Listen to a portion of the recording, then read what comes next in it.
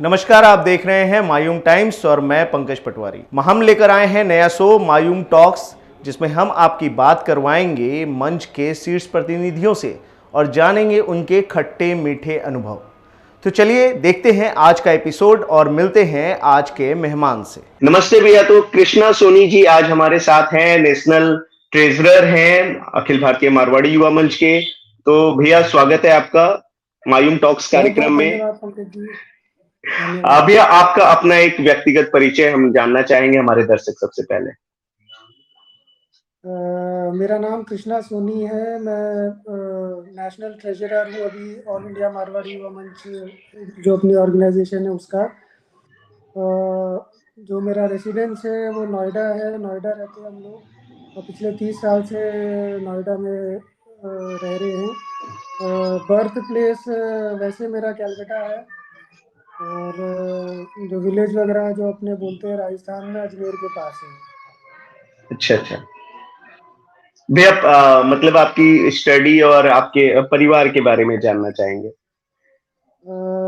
हम लोग basically joint family में रहते हैं। मेरे फादर हैं, उनके तीन ब्रदर्स हैं, तो 4 फैमिली हम लोग इकट्ठा ही रहते हैं नोएडा सेक्टर 14 में। तो जॉइंट सेटअप में रहते भी हैं, साथ में बिजनेस भी जॉइंट ही है। मतलब हम सारे ब्रदर्स और वो फादर हैं, वो चाचा हैं, सब जॉइंट बिजनेस में हैं हम लोग। टेक्सटाइल केमिकल्स का हमारा बिजनेस है और फ्लेक्सिबल पैकेजिंग का। ओके। तो भैया मंच से कैसे इन सब चीजों में जुड़ना हुआ, कब जुड़े मंच से?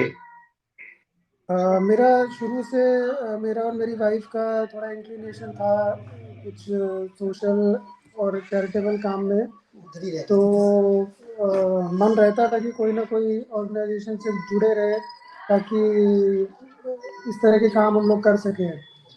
तो 2011 में मुझे याद है कि मैं अपने फादर के ऑफिस में था और हमारे राष्ट्रीय अध्यक्ष जी, अभी राष्ट्रीय अध्यक्ष जी कपिल लखोटिया जी, दिनेश चांडक जी और मनोज अग्रवाल जी नोएडा के सब अध्यक्ष मेंबर्स हैं। वो लोग वहाँ आए हुए थे किसी काम से मेरे फादर से मिलने। तो जब अच्छा। नोएडा के किसी प्रोजेक्ट का डिस्कशन वगैरह हो रहा था तो मुझे बहुत ही अपीलिंग लगा कि ये अच्छा एक ग्रुप है जो बहुत अच्छा काम कर रही है। तब मैंने नाम भी नहीं सुना था और वो डिस्कशन के दौरान ही मैंने अपना इंटरेस्ट शो किया कि मेरे को भी साथ जुड़ना है, आप लोग कैसे क्या है मेरे को सारी चीज़ें बताओ। तो इस तरह से चीज़ चालू हुई। 2011 में मैंने मारवाड़ी वुमन ज्वाइन किया था। तो मंच ज्वाइन किया और मंच ज्वाइन करने के बाद आज आप राष्ट्रीय स्तर पे पदाधिकारी हैं, एक बहुत जिम्मेदारी भरा पद संभाल रहे हैं, ट्रेजरर हैं, जी। व्यापार भी करते हैं। तो क्या फर्क बताएंगे कि एक व्यापार का अकाउंट और एक मंच का अकाउंट, मंच का एक फंड मैनेज करना और बिजनेस का फंड मैनेज करना, कहीं कोई डिफरेंस या कोई समानता आपको आपने अनुभव किया हो? देखिए भैया, डिफरेंसेस तो दोनों में बहुत हैं, लेकिन इतने टाइम में जो हम, क्योंकि हम सब मारवाड़ी हैं और बिजनेस वगैरह तो देखते ही आए हैं बचपन से। अपने पेरेंट्स हैं घर में बिजनेस फैमिलीज में पले बड़े हुए हैं, तो बिजनेसेस तो देखते ही आए हैं।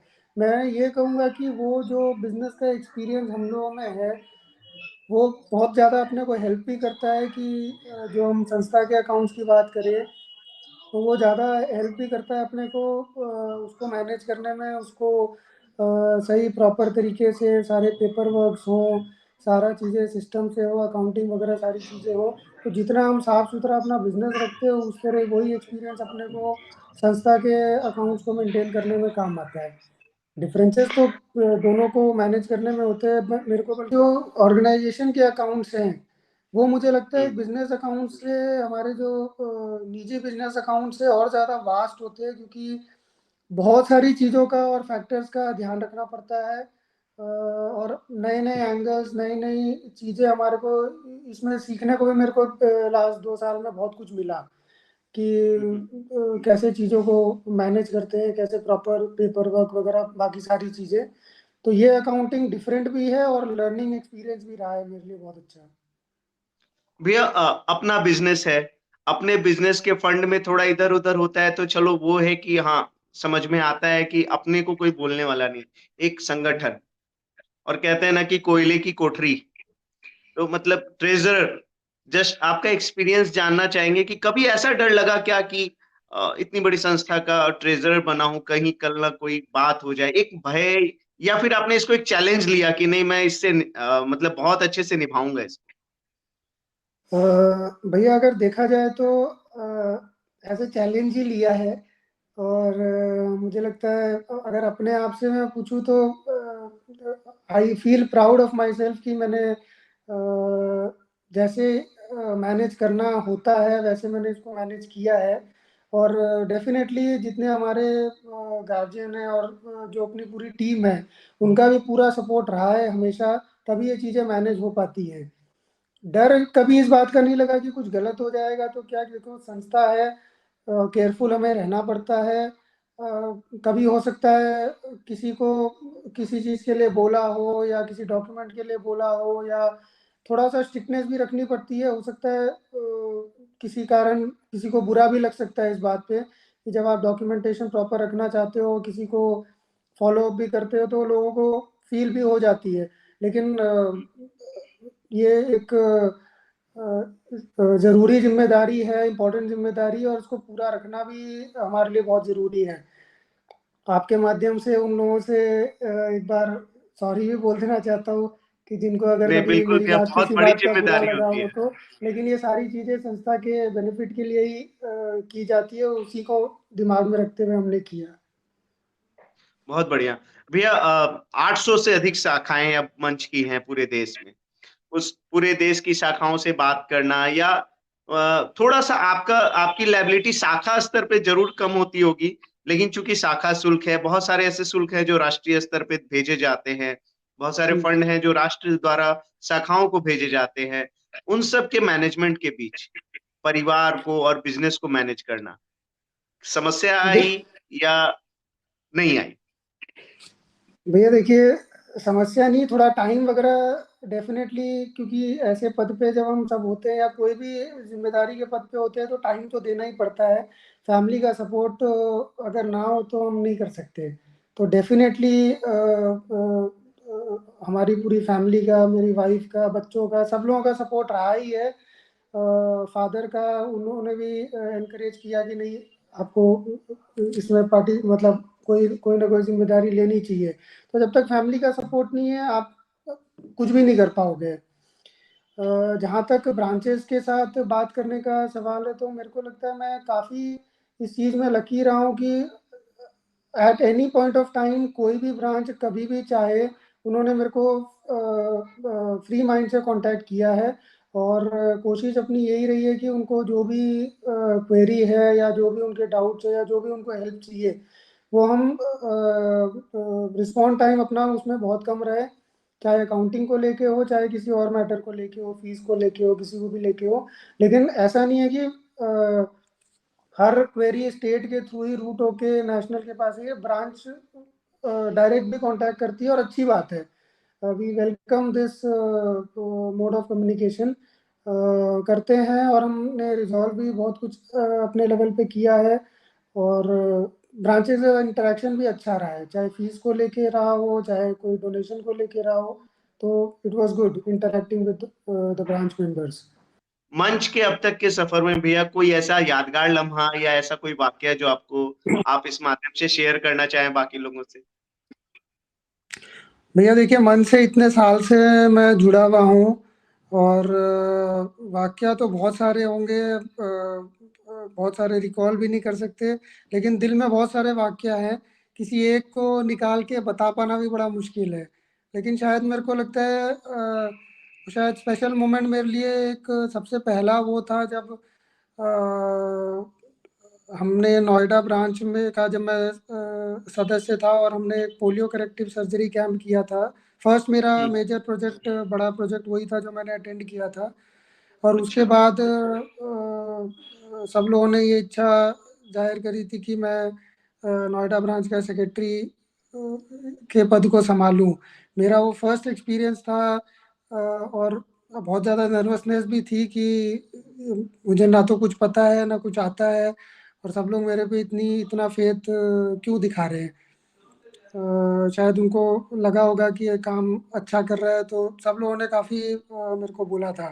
तो शायद वो नर्वसनेस मेरे को फर्स्ट टाइम जब आपको कोई जिम्मेदारी दी जाती है, वो नर्वसनेस आपको हमेशा याद रहती है।